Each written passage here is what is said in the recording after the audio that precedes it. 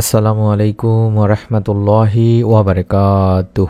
আমি আশা করি আল্লাহ তাআলার অশেষ রহমতে আপনারা ভালো আছেন, সুস্থ আছেন। আলহামদুলিল্লাহ। আজ আলোচনা করব পবিত্র জুমার দিন ও রাত। আজকে রাতে কিংবা আগামীকালকে দিনেও হলেও আপনারা আমলটি করবেন। একটি ছোট্ট ইস্তেগফার মাত্র ২১ বার পাঠ করে আল্লাহ তাআলার কাছে গায়েবী রিজিক চাইবেন, গায়েবী ধন সম্পদ চাইবেন।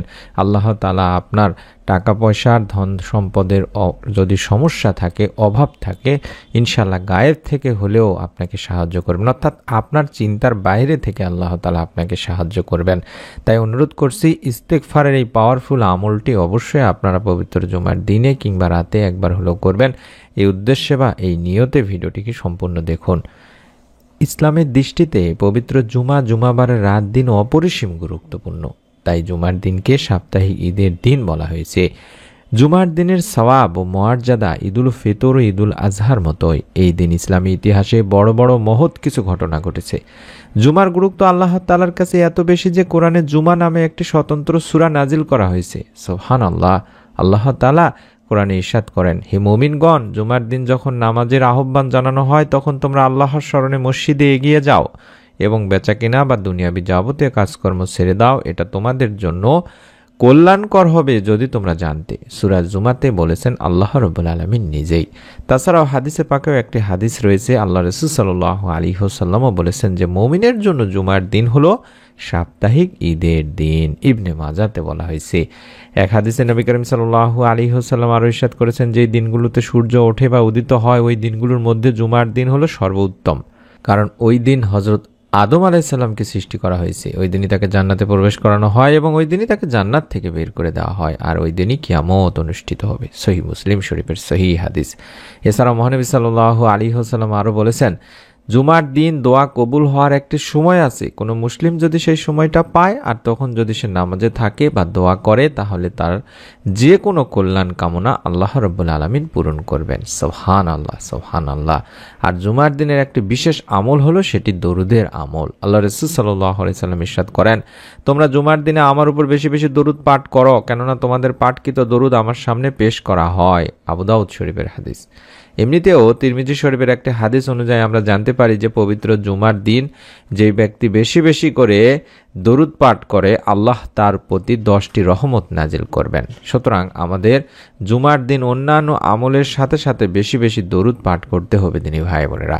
তাই অনুরোধ করছি, প্রথমে আপনারা দরুদ পড়ে নেবেন কম করে হলেও 21 বার, এবং 21 বার একটি ছোট্ট ইস্তেগফার পড়ে নেবেন। যে কোনো দরুদ পড়তে পারেন, চাইলে আল্লাহুম্মা সাল্লি আলা মুহাম্মাদি ওয়া আলা আলি মুহাম্মাদ, আল্লাহুম্মা সাল্লি আলা মুহাম্মাদি ওয়া আলা আলি মুহাম্মাদ, এই দরুদটি অন্তত 21 বার কিংবা 11 বার পড়ে নিতে পারেন। তারপরে আপনাদেরকে ইস্তেগফারের আমলটি করতে বলবো।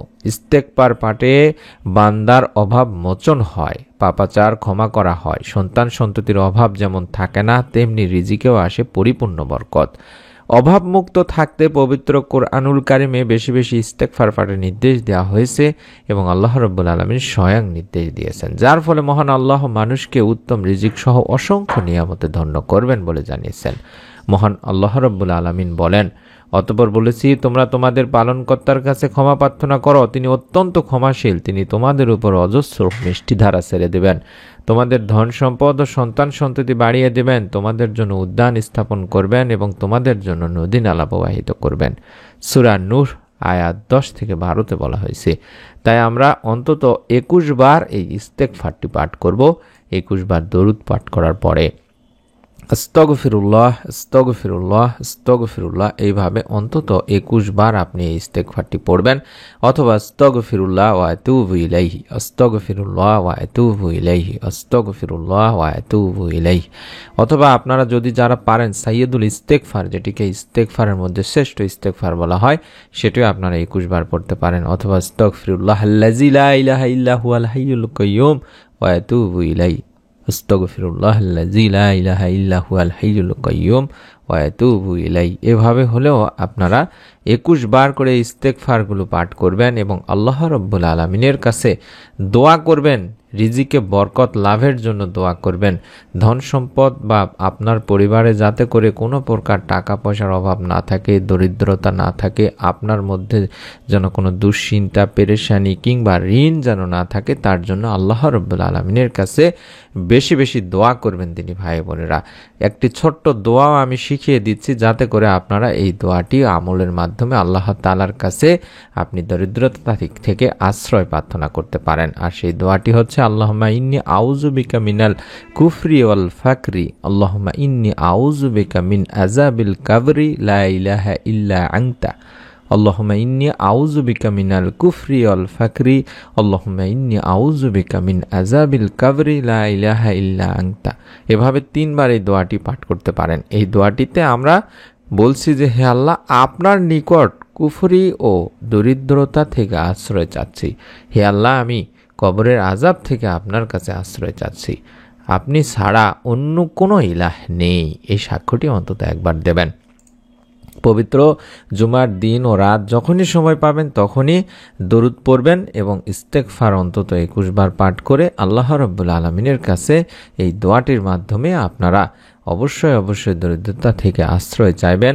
আপনার পরিবার সংসার থেকে যাতে করে অভাব অনটন দূর হয়, টাকা পয়সার অভাব দূর হয়, দরিদ্রতা দূর হয়, আপনার ঋণ থাকলে ঋণ যাতে মুক্তি হয়, তার জন্য আল্লাহ তাআলার কাছে কান্নাকাটি করবেন, 2 হাত তুলে দোয়া করবেন। মনের মধ্যে শতভাগ বিশ্বাস নিয়ে আমলটি করলে আল্লাহ রাব্বুল আলামিন আপনার হাতকে ফিরাবেন না, কারণ পবিত্র জুমার দিনে এবং রাতে আল্লাহ তাআলা বান্দার দোয়া কবুল করে থাকেন। তাই অনুরোধ করছি অবশ্যই ভিডিওটিতে একটি করে লাইক দিয়ে কমেন্ট সেকশন অন্তত আমিন লেখার মাধ্যমে নিয়ত করে ফেলুন। পরবর্তী নতুন আমলের এরকম ভিডিওগুলো পাওয়ার জন্য এবং সদকায়ে জারিয়ার সওয়াব পাওয়ার জন্য ভিডিওটি আপনার নিকট আত্মীয়-স্বজনদের কাছে শেয়ার করে দিন এবং এই ভিডিওটির নিচেই দেখুন সাবস্ক্রাইব লেখা রয়েছে। এই সাবস্ক্রাইব লেখাটির উপর একবার চাপ দিয়ে সাবস্ক্রাইব করে রাখুন। ইনশাআল্লাহ নতুন ভিডিও আপনার কাছে পৌঁছে যাবে। সকলে ভালো থাকুন, সুস্থ থাকুন। আল্লাহ তাআলার কাছে দোয়া করি যারা আমলটি করবেন তারা যেন প্রত্যেকেই এই আমলের ওসিলায়, নিয়তের ওসিলায় তাদের পরিবার সংসারে অভাব অনটন দূর করে দেন। আল্লাহ রাব্বুল আলামিন তার দোয়াই করি।